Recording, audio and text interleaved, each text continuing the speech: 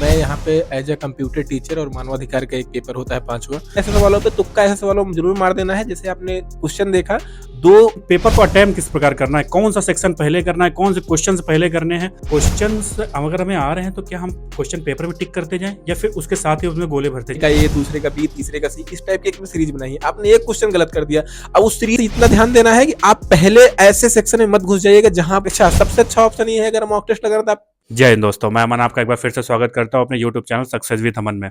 दोस्तों, आज मैं जिस सक्सेस से आपको मिलाने वाला हूं वो इतने टाइम जो हवलदारों की ट्रेनिंग चल रही है हमारे यहाँ, वहाँ पे वो एज ए कंप्यूटर टीचर नियुक्त हैं। उनको समय नहीं मिल पा रहा था इस वजह से, लेकिन मेरी स्पेशल रिक्वेस्ट पे वो उन्होंने समय निकाला और वो आए।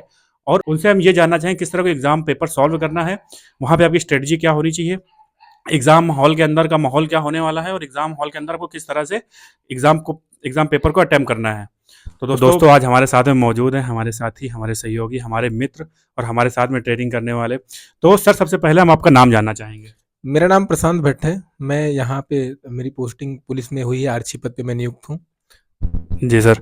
तो सर, दोस्तों मैं आपको बता दूं कि सर के पास टाइम नहीं था, मैंने इनको जबरदस्ती बुलाया क्योंकि हम चाहते थे कि एक बार सर को आप लोगों से जरूर मिलाएं, क्योंकि सर इतने टाइम इनका बहुत बिजी शेड्यूल चल रहा है। यहाँ पे जो हवलदारों की आरटीसी आई हुई है ट्रेनिंग के लिए, तो वहाँ पे sir as a computer teacher नियुक्त हुए हैं। तो सर आप ये बताएं कि आप यहाँ पे जो हवलदारों की ट्रेनिंग चल रही है, तो सर उसमें आप क्या पढ़ा रहे हैं उनको, क्या शिक्षा दे रहे हैं आप उनको। यहाँ पे मैं हवलदारों की ट्रेनिंग आई हुई है, तो मैं यहाँ पे एज ए कंप्यूटर टीचर और मानवाधिकार का एक पेपर होता है 5वां। जो आप भी ट्रेनिंग करेंगे तो आपके साथ भी पेपर आएगा, वो 5वां पेपर होगा। तो उसकी मैं शिक्षा दे रहा हूँ और सही है, सब कुछ माहौल बना हुआ है, अच्छे से लोग पढ़ रहे हैं, मैं अच्छी शिक्षा दे पा रहा हूँ, ये मेरा सौभाग्य है। जी सर। तो सर इसी कड़ी में हम आगे आपसे जानना चाहेंगे कि बच्चे जिनका एग्ज़ाम अभी 17 से 18 फरवरी को होना है, सर बच्चे बहुत ज़्यादा परेशान हैं, डरे हुए हैं। उनको समझ ही नहीं आ रहा है कि क्या करें, कैसे करें, कहाँ से क्या मैटर मिल जाए तो हम पढ़ लें और जिससे हमारा सिलेक्शन हो जाए। तो सर आप बताएं कुछ बच्चों को कि वो किस तरह से उनकी पढ़ाई होनी चाहिए, किस तरह से इतने टाइम वो पढ़ाई करें और लास्ट समय में कैसे वो अपने समय को मैनेज करें जिससे उनका सिलेक्शन यूपी पुलिस में हो पाए और उनको वर्दी मिल सके। जैसे कि मैं बता रहा हूँ, मैं ये कहना चाह रहा हूँ, जो भी बच्चा बेरोजगार है आज के समय में, जो नौकरी की तलाश में है, तैयारी कर रहा है, तो डरा हर बच्चा है। अगर 60 लाख बच्चों ने फॉर्म भरा हुआ है तो 60 लाख बच्चे डरे हुए हैं। कोई ये नहीं कह सकता मैं फुल्ली प्रिपेयर हूँ, और जो ये कह रहा है मैं फुल्ली प्रिपेयर हूँ, वो बिल्कुल प्रिपेयर नहीं है। उससे तो आप बिल्कुल डरना ही नहीं है। अगर आपको कोई ये आके बोल दे रहा है कि मेरा सब कुछ तैयार है, मैं आपकी बार फाड़ दूंगा, ऐसा कर दूंगा, ये कर दूंगा, तो उससे आप बिल्कुल परेशान मत होइएगा। उसका कुछ नहीं तैयार है, वो बस केवल अपनी बातों को आपके सामने ऐसा महसूस करा है कि आप उससे डिमोटिवेट हो जाए। तो आपको डिमोटिवेट नहीं होना है, अच्छी तैयारी करते रहिए। लास्ट समय है तो इतना हेडेक नहीं लेना, इतना परेशान नहीं होना कि ये पे भी पढ़ ले, वो भी पढ़ ले, ऐसा नहीं करना। जो आपने पढ़ा हुआ है, लगभग आपने सिलेबस पढ़ा हुआ होगा, जो सिलेबस आपने पढ़ा है, जो अच्छे से पढ़ा है, उसको इतने अच्छे से बेहतरीन रिवीजन करिए, उसमें से आपकी एक भी नंबर ना कटे। आपको नंबर कटने के कोई चांस नहीं छोड़ने हैं। जो आपने नहीं पढ़ा उसको ठीक है, उसको एक बार के लिए स्किप कर सकते हैं। यही होगा 10% सिलेबस आपने नहीं पढ़ा, लेकिन 90% जो सिलेबस आपके पास है उसको आप बहुत बेहतरीन पढ़िए। तो सर अब हम आपसे वो क्वेश्चन पूछते हैं जिसके लिए खास आपको यहाँ पे बुलाया गया है। वो ये है कि सर आप बच्चों को ये बताएं कि पेपर को अटेम्प्ट किस प्रकार करना है, कौन सा सेक्शन पहले करना है, कौन से क्वेश्चन पहले करने हैं। क्योंकि सर हमें जहां तक पता है कि आपसे बेहतर ये चीज कोई नहीं बता सकता है कि क्वेश्चन को पेपर को अटेम्प्ट किस तरह करना है और किस तरह ऑप्शन कैंसिलेशन मेथड किस तरह अप्लाई करना है और पेपर देने का तरीका सर आपसे बेहतर मुझे नहीं लगता कोई बता सकता। तो सर प्लीज आप बताएं बच्चों को। देखिए, पेपर देने में ये है, जो मेरा अपना मानना है, आपकी अपनी स्ट्रेटेजी होगी, आप अपने तरीके से करेंगे, हो सकता है, लेकिन मेरा जो अपना मानना है, मैं सलाह सबको यही दूंगा। जो बच्चा बिल्कुल कुछ नहीं पता उसको मैं ये बताऊंगा कि पहले ऐसे नहीं पढ़े, ऐसे किसी सवाल पे नहीं घुस जाना है। जैसे मैथ का सेक्शन है, आप मैथ सेक्शन में घुस गए, आपका टाइम पूरा वेस्ट होता चला गया। हो सकता है आपने 10 क्वेश्चन और अच्छे कर सकते थे, लेकिन आपने मैथ के चक्कर में अपना पूरा समय गंवा दिया। तो पहले आपको जीएस कर लेनी है, हिंदी कर लेनी है, उसके बाद जो है फिर उसके बाद आपको रीजनिंग में आना है। रीजनिंग भी करने के बाद फिर मैथ में लास्ट में आना है। जो भी समय बचेगा, आप आधे घंटे, पौने घंटे, 1 घंटे बचाएंगे आराम से। आधे घंटे, पौने घंटे बचा लेंगे तो हो जाएगा आसान से। कोई इतना बड़ा मैथ नहीं आना हो उसमें। कुछ क्वेश्चन तो ऐसे होंगे जो आप देखेंगे आंसर दे लेंगे, कुछ क्वेश्चन में आपको थोड़ा समय लगेगा, टाइम कैलकुलेट होगा, टाइम कंज्यूम होगा।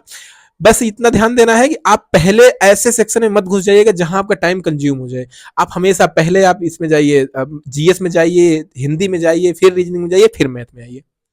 ऑप्शन कैंसिलेशन मेथड की बात करूं तो उसका मेथड ये होगा आपका कि आप जो है तुक्का मारना सही है, तुक्का मारना गलत नहीं है, लेकिन आप तुक्का इस ऐसे सवाल पे बिल्कुल मत मार दीजिएगा जिसके बारे में आप बिल्कुल नहीं जानते हैं, आप सवाल सुना भी नहीं है और आपने तुक्का लगा दिया।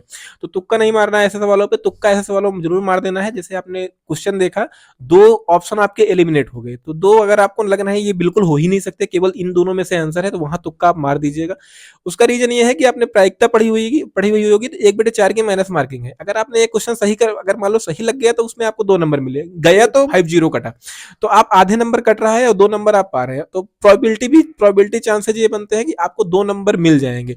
और अगर 2 क्वेश्चन में सही होगा तो आपके नंबर बढ़ेंगे ही। अच्छा, दूसरी बात ये भी है कि आप तुक्का इतना भी नहीं मारना, अगर आपको लग रहा है कि हमारा पेपर हो गया है, हम इतने नंबर से सिलेक्ट हो जाएंगे, तो आप फिर बिल्कुल उसमें छेड़छाड़ मत कीजिएगा कि 4 क्वेश्चन और बढ़ जाएं, कोई जरूरत नहीं बढ़ाने की, क्योंकि आप भर्ती होंगे तो कांस्टेबल ही भर्ती होंगे, तो आप ऐसा नहीं कि आपको नंबर ज्यादा मिल गया तो आप ऐसा ही हो गए, तो आप ऐसा नहीं करना है। अगर आपको लग रहा है कि आपने 125 20 क्वेश्चन सही कर लिए, 125 क्वेश्चन सही कर लिया है, फिर उसके बाद ज्यादा परेशान नहीं होना है आपको तुक्के के चक्कर में, क्योंकि ये ऐसा भी है कि नॉर्मलाइजेशन भी होना है, नॉर्मलाइजेशन में अगर ज्यादा क्वेश्चन आपने अटेम्प्ट किया, नंबर भी यूपी पुलिस में कटता है, यूपी परीक्षाओं में कटता है, तो यूपी की परीक्षा देने के लिए इस चीज का विशेष ध्यान देंगे।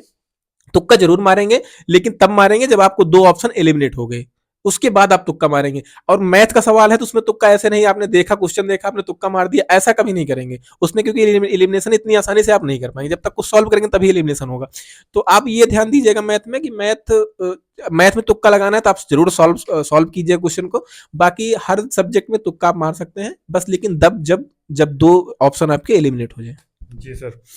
तो सर अब लास्ट में आपसे अब ये जानना चाहेंगे कि सर बच्चे बहुत ज़्यादा डिमोटिवेट फील कर रहे हैं, हिम्मत हार रहे हैं, बच्चे कमेंट कर रहे हैं कि सर मेरी कट ऑफ इतनी जाएगी, सर मेरा हो पाए, बच्चे बोल रहे हैं कि सर मेरे मॉक में इतने नंबर आ रहे हैं, मेरा हो पाएगा कि नहीं हो पाएगा। और सर बहुत बहुत सारी समस्याएं हो रही बच्चों को, बच्चे बोल रहे हैं कि सर मुझे लगता है कि इतने सारे फॉर्म पड़े मेरा नंबर नहीं आ पाएगा, तो बच्चे हिम्मत हार रहे हैं सर। तो आप उसके लिए आप क्या बोलना चाहेंगे बच्चों के लिए कि जिससे वो हिम्मत ना हारे, अपना हिम्मत बनाए रखें जिससे उनको वर्दी मिल सके। मैं जहां तक मॉक टेस्ट की बात बता रहा हूँ, मॉक टेस्ट जो है ऐसे बहुत सारे लोग ऐसे भी मॉक टेस्ट बना रहे हैं जिन्होंने अपना खुद का यूपी पुलिस एग्जाम क्लियर नहीं किया, लेकिन उन्होंने अपना मॉक टेस्ट लॉन्च कर दिया और आप उसको खरीद भी रहे हैं और उसमें पेपर दे रहे हैं, आपके नंबर कम आ रहे हैं, आप डिमोटिवेट हो जा रहे हैं।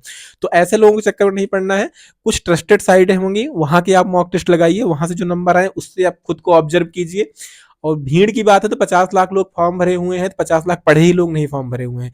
आप भी लाइब्रेरी जाते होंगे या पढ़ते होंगे, अपने आसपास का माहौल देखे होंगे, तो ऐसा होता है कि उसमें से केवल 10% 20% लोग ही पढ़े लिखे हैं जो पढ़ रहे हैं, उसमें से आप भी एक हैं जो आप पढ़ रहे हैं। तो आप इनको ध्यान दीजिए, वो भीड़ को मत ध्यान दीजिए, उसमें डिमोटिवेट होने का कोई मतलब ही नहीं है। इतनी बड़ी वैकेंसी है, 60,000 वैकेंसी है, तो आप थोड़ी सी भी मेहनत कर लेंगे तो आपका सिलेक्शन तय है, सिलेक्शन आपका कोई रोक नहीं पाएगा, सिलेक्शन आपका तय है।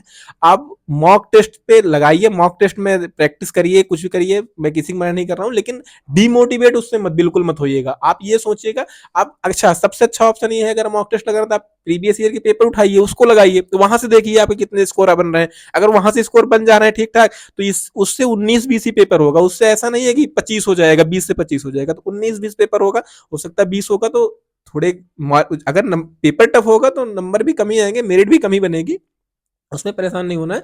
सबको अच्छे से तैयारी करनी है और आराम से हो जाएगा, थोड़ी सी भी मेहनत करेंगे तो आपका ठीक सिलेक्शन ठीक तय सर। है। सर अब जाने से पहले आप एक क्वेश्चन जरूर आपसे पूछना चाहेंगे, क्योंकि बच्चे, क्योंकि बहुत सारे बच्चों ने मुझे कमेंट किया हुआ है कि सर आप मुझे ये चीज़ बता दीजिए कि क्वेश्चंस अगर हमें आ रहे हैं तो क्या हम क्वेश्चन पेपर में टिक करते जाएं या फिर उसके साथ ही उसमें गोले भरते चले जाएं, या फिर पहले पूरे क्वेश्चन पेपर में टिक मार लें इसके बाद गोले भरें। तो सर आपका मेथड क्या होना चाहिए, आपके हिसाब से मेथड क्या होना, सही तरीका क्या होना चाहिए। मेरे मेरे हिसाब से सही तरीका ये होगा आपका कि जैसे आपने एक सेक्शन उठाया, हिंदी का सेक्शन उठा लिया, तो आप पहले हिंदी के जितने सवाल हैं सारे सवाल कर लीजिए, उस सेक्शन के सारे सवाल कर लीजिए, उसके बाद आप गोला भरना शुरू कीजिए। इससे क्या होगा, आपका टाइम कम लगेगा। आप एक क्वेश्चन किए, फिर गोला भरे, फिर दूसरा क्वेश्चन गया, तो इससे क्या है, आप जो है आपने तो कभी सुना होगा, जो चीजें याद रहती हैं वो आप जल्दी से लिख पाते हैं, लेकिन अगर देख के लिखना होता है आपका डबल टाइम कंज्यूम हो जाता है। तो वही वही सीन आपके साथ होगा। आप जो है एक बार पेपर देखेंगे, सॉल्व करेंगे, फिर गोला भरेंगे, फिर दोबारा पेपर देंगे, तो आपका टाइम बहुत कंज्यूम होने वाला है। ऐसा नहीं करेंगे, आप पूरा सेक्शन सॉल्व कर लेंगे, उसके बाद उस सेक्शन का गोला भर देंगे, फिर अगले सेक्शन पे आ जाएंगे। और गोला भरते वक्त बहुत ध्यान देंगे कि ऐसा नहीं किसी क्वेश्चन के आपने 2 गोले भर दिए, तो ऐसा कुछ नहीं करेंगे। आप बहुत सावधानी पूर्वक आप जो है पहले एक सेक्शन को पूरा किए, तुरंत गोला भरे, फिर दूसरे सेक्शन पे आए, दूसरा सेक्शन पूरा किए, गोला भरे। इस तरीके से करते करते अपना पूरा पेपर सॉल्व कर दीजिएगा। गोला भरते वक्त ये चीज ध्यान देंगे कि क्वेश्चन नंबर और गोले का स्थान, ये जरूर ध्यान दीजिएगा। क्योंकि अगर मान लीजिए आपने सीरीज सीरीज बनाई हुई है, पहले का ए, दूसरे का बी, तीसरे का सी, इस टाइप की एक सीरीज बनाई है, आपने एक क्वेश्चन गलत कर दिया, अब उस सीरीज में पूरी सीरीज गलत हो गई, तो आपका पूरा क्वेश्चन गलत हो गया। तो इस बहुत गोला भरते वक्त तो मैं तो कहता हूँ पेपर में सबसे जरूरी चीज होती है गोला भरना। गोला भरना और आत्म संयम बनाए रखना। बहुत बच्चे एकदम हड़बड़ा जाते हैं, परेशान हो जाते हैं, गोला ही भरना गलत कर देते हैं, तो वो चीजें नहीं करनी है। बिल्कुल रिलैक्स होके एकदम चिल माहौल में जाइएगा, रात भर आराम से सो के जाइएगा। बिल्कुल मैं नहीं कर रहा हूँ पूरी रात जग के जाएंगे, क्योंकि इतना दिन आपने अगर कुछ नहीं किया, देख रात में आपको कुछ नहीं होने वाला है। आप बेहतरीन मेहनत कर रहे हैं, तो एक दिन आपको रिलैक्स चाहिए, आप रिलैक्स कीजिए, फिर उसके बाद अगले दिन आइए, आप पेपर दीजिए, पेपर आपका बहुत बेहतरीन होने वाला है। मोटिवेट होने की बात है, आप डिमोटिवेट बिल्कुल नहीं होंगे। बस एक चीज हमेशा याद रखेंगे, वाहिद अली का एक शेर है, और उसको आप लोग कुमार विश्वास के मुंह से सुना होगा कि द्वंद कहां तक पाला जाए, युद्ध कहां तक टाला जाए, तू भी है राणा का वंशज, फेंक जहां तक भाला जाए। तो इसी तरीके से आप जाइएगा, पेपर में बैठिएगा, कुछ नहीं होना है, पूरा कॉन्फिडेंस बना के जाइए और आपका पेपर बहुत तो अच्छा बहुत बहुत धन्यवाद आपका हमारे साथ जुड़ने के लिए, हमारे बच्चे को एक सही मार्गदर्शन देने के लिए और बच्चों को बताने के लिए कि किस तरह से उनको एग्जाम पेपर में अटेम्प्ट करना है, किस तरह से एग्जाम को पेपर अटेम्प्ट करना है, कैसे क्वेश्चंस आने वाले हैं, एग्जामिनेशन हॉल का माहौल क्या रहने वाला है, और अगर आपको क्वेश्चंस में थोड़ी प्रॉब्लम हो रही है तुक्का कैसे लगाना है, जिससे इतनी सारी जानकारियां आपने बच्चों को दी। सर बहुत बहुत धन्यवाद आपका हमारे चैनल सक्सेस विद अमन में जुड़ने के लिए, और धन्यवाद सर। बस मैं बच्चे नहीं, हमारे छोटे भाई हैं, तो इनके लिए मैं इतना कहूंगा कि बस ये तैयारी रखें, और बहुत बहुत शुभकामनाएं इनको इनके पेपर के लिए। 18 तारीख को आगामी 17-18 तारीख को पेपर होना है, और अपना जाइए झंडा गाड़ के आइए, जितने हैं उतने गाड़ के आइए। तो दोस्तों जिस तरह से आपको सर ने बताया कि किस तरह से आपकी स्ट्रेटजी होनी चाहिए एग्जाम हॉल पे, किस तरह से आपको ऑप्शन अटेम्प्ट करने हैं, किस तरह से आपको क्वेश्चन पेपर अटेम्प्ट करना है, कौन सा सेक्शन पहले करना है, कौन सा सेक्शन बाद में करना है, या फिर आपको पूरी स्ट्रेटजी उन्होंने शेयर कर दी कि किस तरह से मॉक लगाना है, क्या है क्या, सब क्लियर जानकारी आपको दी। तो दोस्तों अगर आपके कोई भी प्रश्न हो तो आप हमें नीचे दिए गए इंस्टाग्राम पे या फिर इसी वीडियो के कमेंट बॉक्स में आप लिख सकते हैं। मैं कोशिश करूंगा कि आपका ज़्यादा से ज़्यादा रिप्लाई कर सकूं, जिससे आपकी मदद हो सके। तो दोस्तों इसी साथ जुड़े रहे हमारे साथ, देखते रहे success with Aman, and like करें, शेयर करें, सब्सक्राइब करें। जय हिंद, धन्यवाद।